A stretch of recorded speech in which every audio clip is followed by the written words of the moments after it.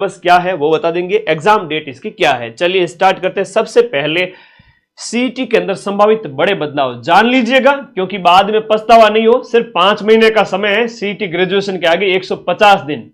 अगर अभी नहीं चेते तो फिर नुकसान उठाना पड़ सकता है, फिर लास्ट टाइम में मैं भी आपको पास नहीं करवा पाऊंगा। इसलिए अभी से पढ़ना स्टार्ट करें, क्योंकि टफ होने वाली है सीईटी। एग्जाम पैटर्न की बात करें, 150 प्रश्न होते हैं, 300 नंबर के, एक प्रश्न 2 नंबर का। अभी तक की जो सीईटी थी उसमें नेगेटिव मार्किंग नहीं थी। और पिछली बार तो ऐसा हुआ कि 9 लाख से ज्यादा बच्चों ने, 15 लाख में से 9 लाख से ज्यादा बच्चों ने सीईटी पास कर ली। तो अधीनस्थ बोर्ड के चेयरमैन बहुत निराश हुए, बोले इतने सारे बच्चों ने सीईटी पास कर ली तो सीईटी करवाने का कोई औचित्य नहीं रहा। तो मैंने भी उनको एक रिप्लाई किया था, मैंने कहा आप निराश ना हो, हमने बहुत मेहनत की थी, तब जाके ये बच्चों ने 200-200 नंबर लाए हैं। 300 में से आप नेगेटिव मार्किंग भी लागू कर देवे तो भी ये बच्चे मेरे साथ कंधे से कंधा मिलाकर चलेंगे और मैं आपकी सीईटी निकलवाऊंगा इस बार भी। इस बार संभावित 3 बड़े बदलाव जो मैं आप लोगों को अभी आगाह करने जा रहा हूं, इसी में से एक बदलाव आपको देखने को मिलेगा। अभी से तैयारी शुरू कर दो। पहला बदलाव यह हो सकता है कि 40 या फिर 50% कर देवे विद नेगेटिव मार्किंग, क्योंकि विदाउट नेगेटिव मार्किंग हर किसी के 300 में से 120 प्लस नंबर आ रहे थे। लगभग 3-4 लाख बच्चे थे जो बिल्कुल पढ़े ही नहीं, उनके तो फिर भरोसे की भैंस पाड़ा ही लाएगी, वो बच्चे फेल हो गए थे। बाकी सभी के 120 प्लस नंबर आए थे। इवन लास्ट की मेरी मैराथन देख के गए थे, वो सभी बच्चे कामयाब हो गए थे। एक ये हो सकता है कि विद नेगेटिव मार्किंग 1/3, 1/4 के साथ में 50% या 40% कर सकते हैं, ठीक है। दूसरा 60% विद नो नेगेटिव मार्किंग, जैसा कि आपके रीट के अंदर होता है।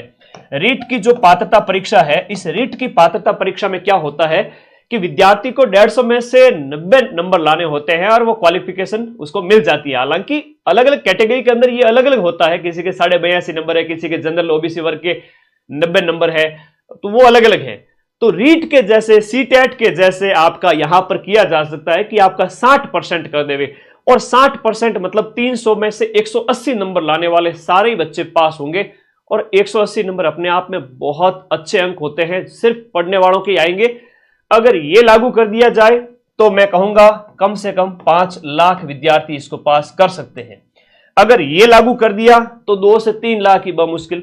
और ये लागू कर दिया अगर 60% विद नेगेटिव मार्किंग, कि आपको 180 नंबर भी लाने हैं और नेगेटिव मार्किंग भी है, तब बमुश्किल 1 से 1.5 लाख बच्चे ही सीईटी पास करवाएंगे। ये सबसे कठिन है, जिसमें बमुश्किल 1 लाख बच्चे ही सीईटी पास कर पाएंगे। हाँ, मेरे साथ जो चला, लगातार 5 महीने ऐप के अंदर पढ़ा, और लास्ट टाइम में सीईटी का सबसे ज्यादा रिवीजन जब मैं कराऊंगा तो मेरे साथ रहने वाले हर बच्चे का सीईटी निकलवाने की जिम्मेदारी मेरी है। और एक पते की बात बताता हूं, अगर सीईटी का बैच ज्वाइन कर लिया तो उसके बाद किसी भी बैच के लिए अलग से बैच ज्वाइन करने की आवश्यकता नहीं है। चाहे पटवारी है, आरएस है, सब इंस्पेक्टर है, या कोई सा भी एग्जाम है। लैब और शिक्षक वाला अलग छोड़ दीजिए, उनका पैटर्न अलग होता है। 90% एग्जाम में यही एग्जाम जो आपके पैटर्न काम आ जाएगा। लास्ट ईयर की बात, सीईटी में कौन कौन सी भर्तियां शामिल होते हैं, ये तो आपके डाउट क्लियर हो गया।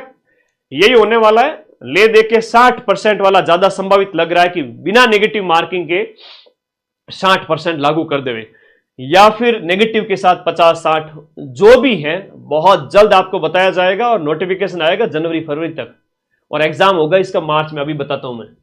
सीईटी स्नातक में पटवारी है, ग्राम विकास अधिकारी है, जूनियर अकाउंटेंट जिसको अपन ने सबसे ज्यादा पढ़ाया था, जूनियर अकाउंटेंट, टीआरए, ये वैकेंसी, महिला सुपरवाइजर, प्लाटून कमांडर, ये सब इंस्पेक्टर से अलग हैं, डिप्टी जेलर, छात्रावास उप जेलर है, और छात्रावास अधीक्षक ग्रेड 2। छात्रावास अधीक्षक ग्रेड 2 है, लेकिन एक छात्रावास अधीक्षक सीईटी 12th है।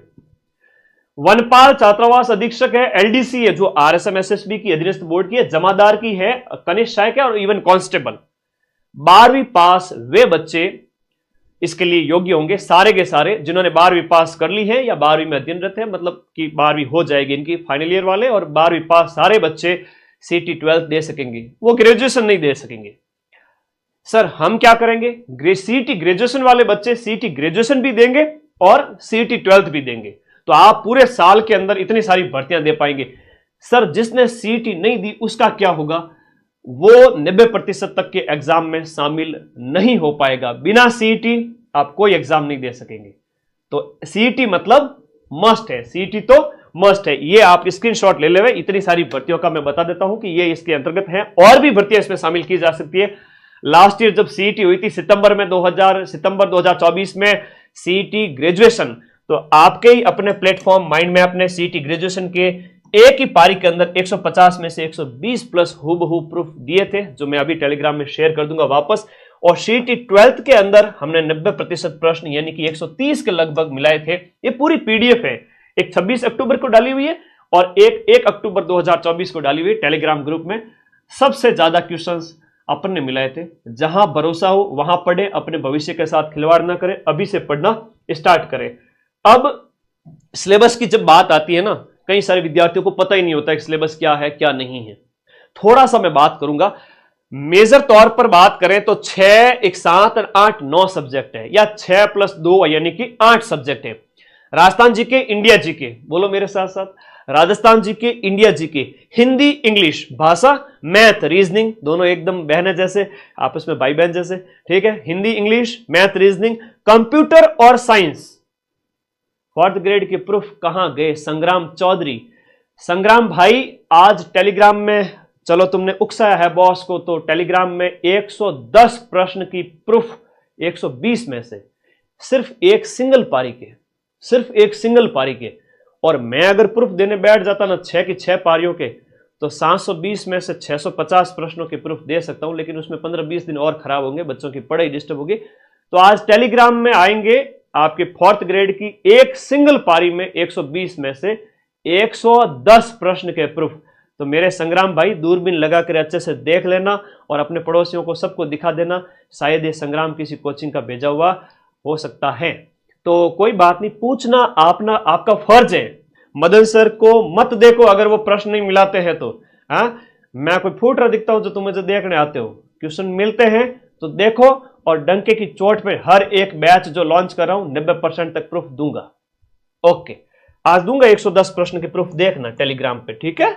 120 में से 110, गुरुजी इतने तो हमने अटेम्प्ट भी नहीं किए थे, ठीक है, कोई बात नहीं। माइंड मैप तो उसी के लिए जाना जाता है। सीईटी स्नातक की बात करें, राजस्थान जीके में राजस्थान की हिस्ट्री, कल्चर, ज्योग्राफी, पॉलिटी और राजस्थान की इकोनॉमी मतलब इको सर्वे। दूसरा इंडिया जीके है, जिसमें आपका इंडिया की हिस्ट्री है, इंडिया की पॉलिटी, इंडिया की ज्योग्राफी है, इंडिया की इकोनॉमी है। History, polity, geography, economy, history, polity, geography, economy, 8 subject ये हो गए। फिर Hindi, English, math, reasoning, computer science और करंट अफेयर्स। करंट अफेयर्स में भी राजस्थान है, इंडिया है, वर्ल्ड है। तो देखो 1, 4 और 4, 8, 12, 13, 14, 15, टोटल 15 सब्जेक्ट हैं। गुरुजी हम ठहरे नन्हे मुन्ने बालक, 15 सब्जेक्ट डाल दिए इन्होंने सीईटी में। मतलब सीईटी की तैयारी करने वाला बच्चा कोई सा भी एग्जाम क्रैक कर सकता है। राजस्थान जीके के लिए अपनी ये रामबाण बुक, राजस्थान जीके के लिए अपनी रामबाण बुक, रामबाण 2.0, और इंडिया जीके के लिए अपनी इंडिया जीके रामबाण बुक वीडियो कोर्स के साथ पढ़ लेना। वीडियो कोर्स के नोट्स नहीं बनाने हैं, सिर्फ समझना है और ये बुक रट डालनी है। सीईटी आपका बाल भी बांका नहीं करेगा। इंडिया जीके, राजस्थान जीके, यानी कि सीईटी के अंदर बात करें तो 150 में से आधे से ज्यादा क्वेश्चन तो जीके के हैं। तो इन दोनों किताबों से आप 90% क्वेश्चन मिला सकते हो। बुक मंगाने के लिए इस नंबर पे व्हाट्सएप कर देना, ठीक है। अब सीईटी 12th की बात करते हैं। 15 के 15 सब्जेक्ट तो नहीं है इसमें 14 सब्जेक्ट है।